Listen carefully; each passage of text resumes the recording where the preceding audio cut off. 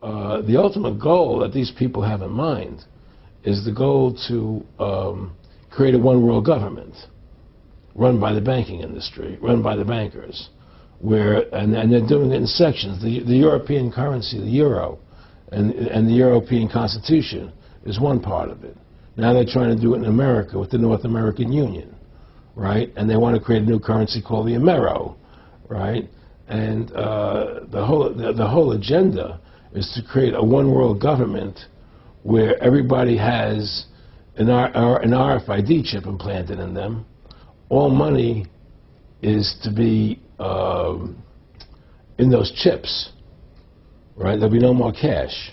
And this is given me straight from Rockefeller himself. This is what they want to accomplish. And all money will be in your chips. And so instead of having cash, anytime you have money in your chip, they can take out whatever they want to take out whenever they want to. If they say you owe us this much money in taxes, they just deduct it out of your chip digitally. Total control. Total control. And if you're like me or you, and you're protesting what they're doing, they can just turn off your chip. And you have nothing. You can't buy food.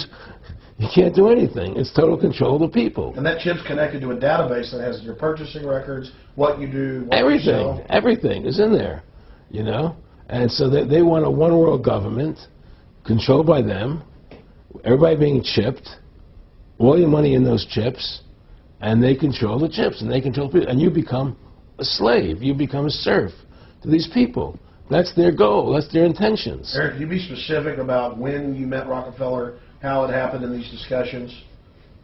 I met Rockefeller through a female attorney I knew who called me up one day and said, one of the Rockefellers would like to meet you. I had made a video called Mad as Hell, and he'd seen the video and wanted to meet me and knew I was running for governor of Nevada. So sure, I'd love to meet him. And I met him and I liked him, and he was a very, very smart man. And we used to talk and share ideas and thoughts.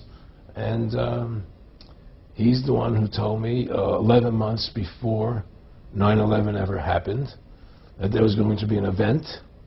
Never told me what the event was going to be, but there was going to be an event, and out of that event, we were going to invade Afghanistan to run pipelines from the Caspian Sea. We were going to invade Iraq, you know, to take over the oil fields, establish a base in the Middle East, and make it all part of the New World Order.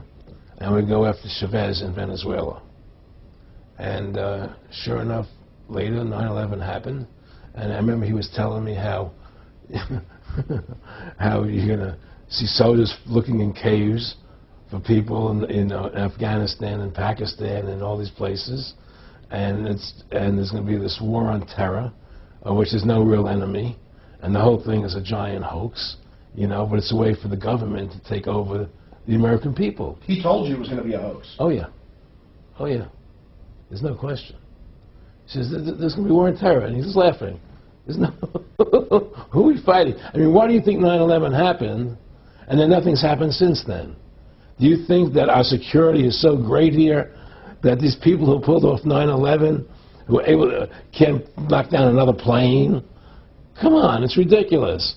9/11 was done by people in our own government and our own banking system to perpetuate the fear of the American people into subordinating themselves to anything the government wants them to do. That's what it's about, and to create this war, this endless war on terror. And that's why and that was the first lie.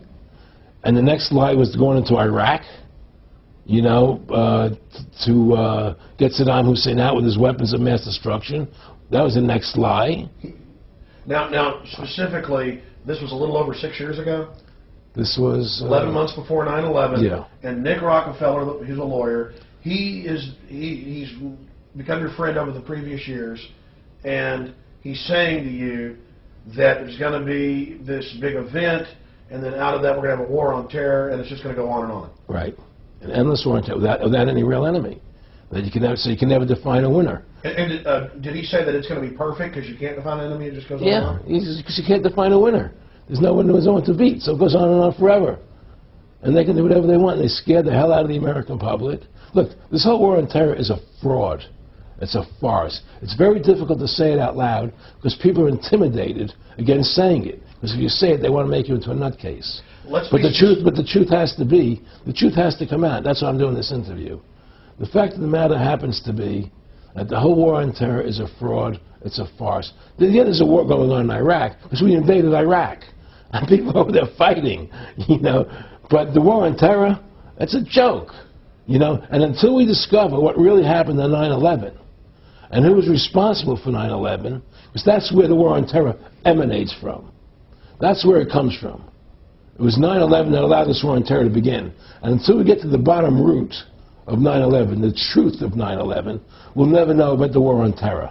Aaron, you said that he was, and I think it's important, and I know this about the Rockefellers from Dr. Dennis Cuddy and many others who literally, you'll be 20 years old in a lunch line at college, and oh, there's David Rockefeller. And here's here, I mean, they're experts at recruiting and getting what they call players, and that clearly he was, I mean, I want to make it specific and just get you to reiterate what you said last night about you got 30% of the vote, you were having an effect, you made mad as hell, they knew that you'd started the Constitution Party, they knew that you were somebody who was taking action and getting things done, you'd already made some big films, had a lot of other successes, right. So they were trying to recruit you, and didn't it come down to the point of, hey, we are here to recruit you, and don't worry, your chip's going to say, don't mess with us, you know, this guy's don't touch. Yeah, yes, that did happen. Now, I was definitely being recruited, but it's more subtle than that. Well, in your words, just go through the process, and then what do you say? Well, what it is remember, we were friends, and we used to go to my house a lot, we'd have dinner, we'd talk, and he'd tell me about business investments he'd get involved in, you know, or they would help me with this business investment or that business investment. And was I interested in joining the Council on Foreign Relations? You know, I would have to get a letter to join them, but was I interested in that? And, you know, just stuff, you know, leading you on. And I used to say to him that I never really did that because that wasn't where I was coming from. You know, as much as I like you, Nick, you know, your ways and my ways, we're on the opposite side of the fence. You know, I don't believe in enslaving people, you know, and he would come back with, oh, I do? Or? Well, it would be more like, you know... It's better for them. Well, it's more like, you know, how do I put it? It was like, what do you care about them? What do you care about those people? What difference does it make to you? Take care of your own life. Do the best you can for you and your family. What do the rest of the people mean to you? They don't mean anything to you. They're just serfs. They're just people. You know, it was just a lack of caring, you know, and that's just not who I was. It was just sort of like cold, you know. It was just like cold, you know. And I used to say to him, what's the point of all this? You have all the money in the world you need. You have all the power you need. What's the point?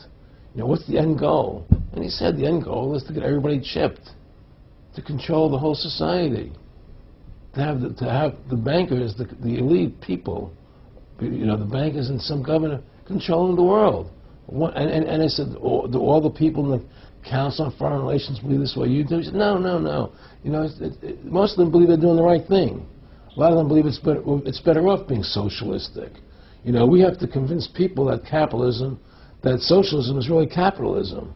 Because America's becoming a socialist country. It's a communist country today. Well, one of the things they told me was that he was at the house one night, and we were talking, and he started laughing. He said, Aaron, what do you think women's liberation was about? And I said, I had pretty conventional thinking about it at that point. I said, I think it's about women having the right to work, getting equal pay with men, just like they won the right to vote, you know? And he started to laugh. He said, you're an idiot. And I said, why am I an idiot? He said, let me tell you what that was about. We, the Rockefellers, funded that. We funded women's lib, you know?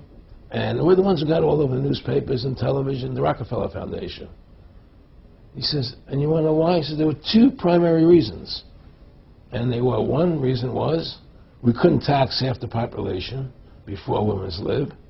And the second reason was, now we get the kids in school at an early age. We can indoctrinate the kids how to think. It breaks up their family. The kids start looking at the state as the family, as the school, as the officials, as their family, not as the parents teaching them. And so those are the two primary reasons for women to live, which I thought up to that point was a noble thing. You know, when I saw their intentions behind it, where they were coming from when they created it, the thought of it, I saw the evil behind what I thought was a noble adventure.